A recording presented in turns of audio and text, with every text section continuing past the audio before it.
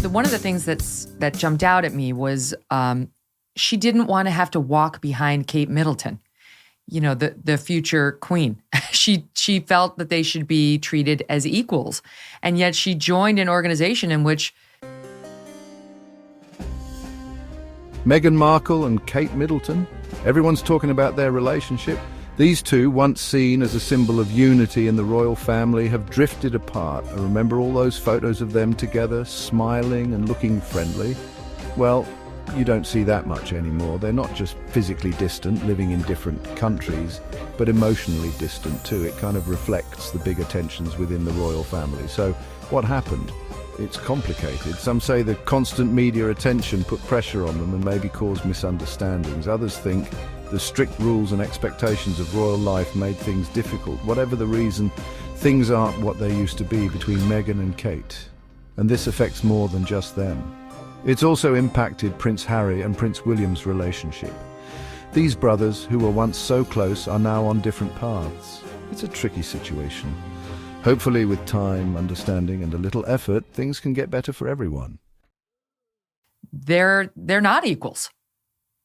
Well, I think the big shock came to her in a way when she moved into Kensington Palace, and Harry has got a 2/3 small cottage in that complex, and literally on the other side of the corridor, Kate and William have a 22-room apartment with 2 kitchens. And so that came as a bit of a shock to Meghan. But I think that was a shock she could overcome because she didn't intend to stay. And that was the other part of the problem, so to speak. But of course, the 2 women didn't get on. And I'm not surprised. And I don't blame Meghan entirely for that. Because Meghan was a self-made woman. She'd come from a tough background. Every penny she had, she earned. And she had got to the top using her wiles and her clever way of working people and things. Whereas Kate just waited patiently for William finally to propose and marry her. Now, Kate is a remarkable woman. She is going to be and is now a terrific ambassador for the monarchy and for Britain in a way that Meghan could never be a representative of anybody because there's only one person she can represent. 2024 was a roller coaster of emotions for both families. Early in the year, Kate Middleton's cancer diagnosis shocked everyone. People everywhere sent messages of support, admiring her strength and bravery during treatment. Even though they weren't close, Prince Harry and Meghan Markle reached out to Kate to offer their support.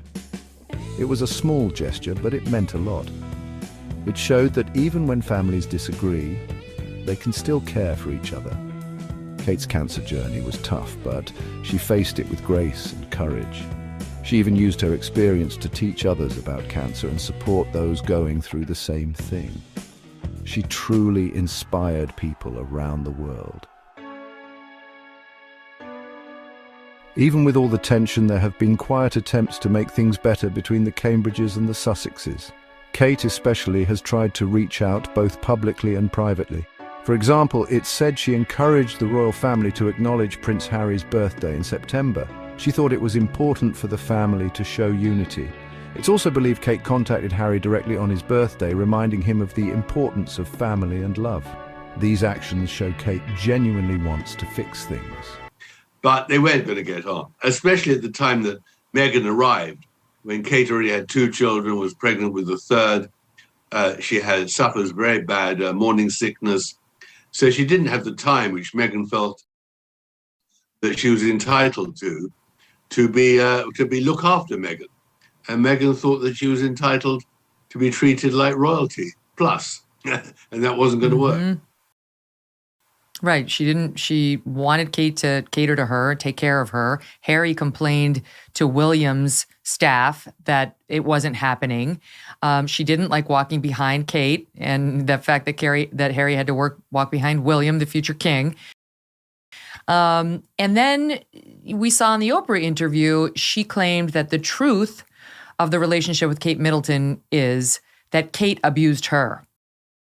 That Meghan never made Kate cry, and that what was so infuriating about watching the press coverage for Meghan was that she was in fact the victim, and the media was reporting that she was the aggressor, and that Kate was so out of line with Meghan. She brought Meghan flowers to apologize to her, and that shows that Kate was in the wrong, and she had to sit back and be powerless, feel powerless with the media reports that she was the one antagonizing Kate. She went, as she did in every chapter of your book. I mean, like, she continues to go to everybody at the palace saying, get that lie out of the press, get that lie, get that, they've said something else negative about me. Hello, it's called being a public figure. But she was very frustrated that the palace wouldn't go out there and start bashing Kate in the press by saying, oh, no, Kate's the bully. So what really happened? Who wronged whom in that relationship? Well, I think we're going to start with the Oprah interview. I mean, I think that we've all counted here in Britain about 17, what we might call inaccuracies or lies that Meghan told Oprah, and Oprah didn't challenge Meghan on any of them. And I think on the Kate front, I have absolutely no doubt at all that it was Kate who cried, because Meghan, as I show in the book, is a bully.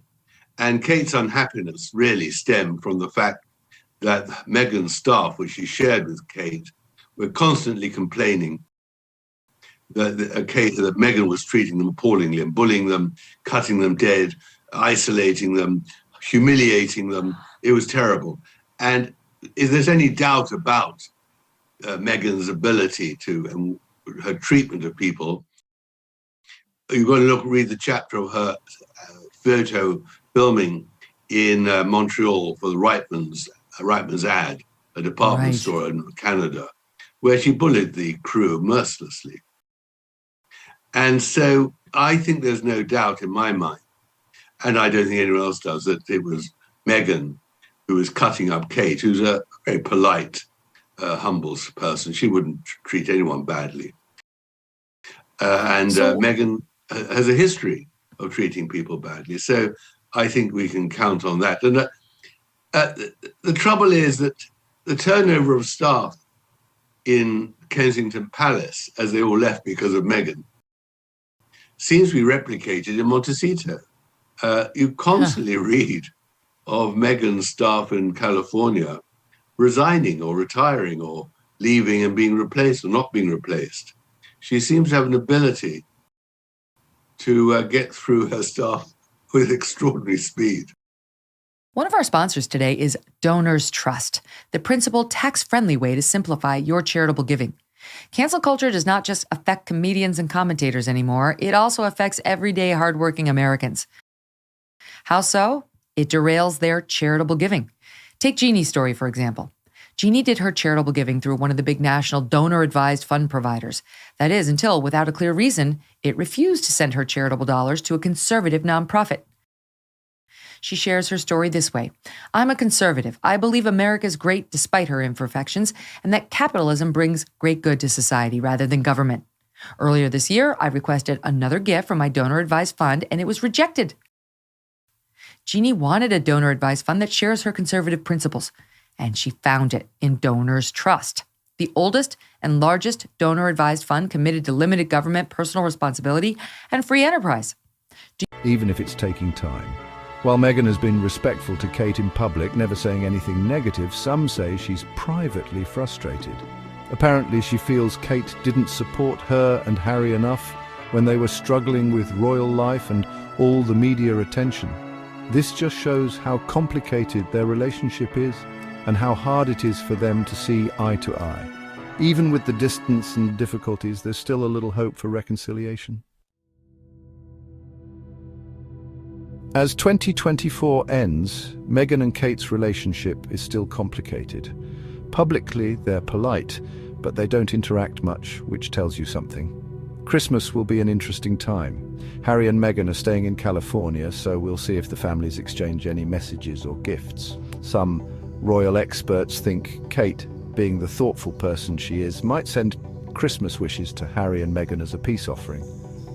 Honestly, no one knows what will happen. Kate's made an effort, but there are still big obstacles. They live far apart, have different viewpoints, and there are still hurt feelings. Will time, understanding, and a real desire to heal be enough? We'll have to wait and see.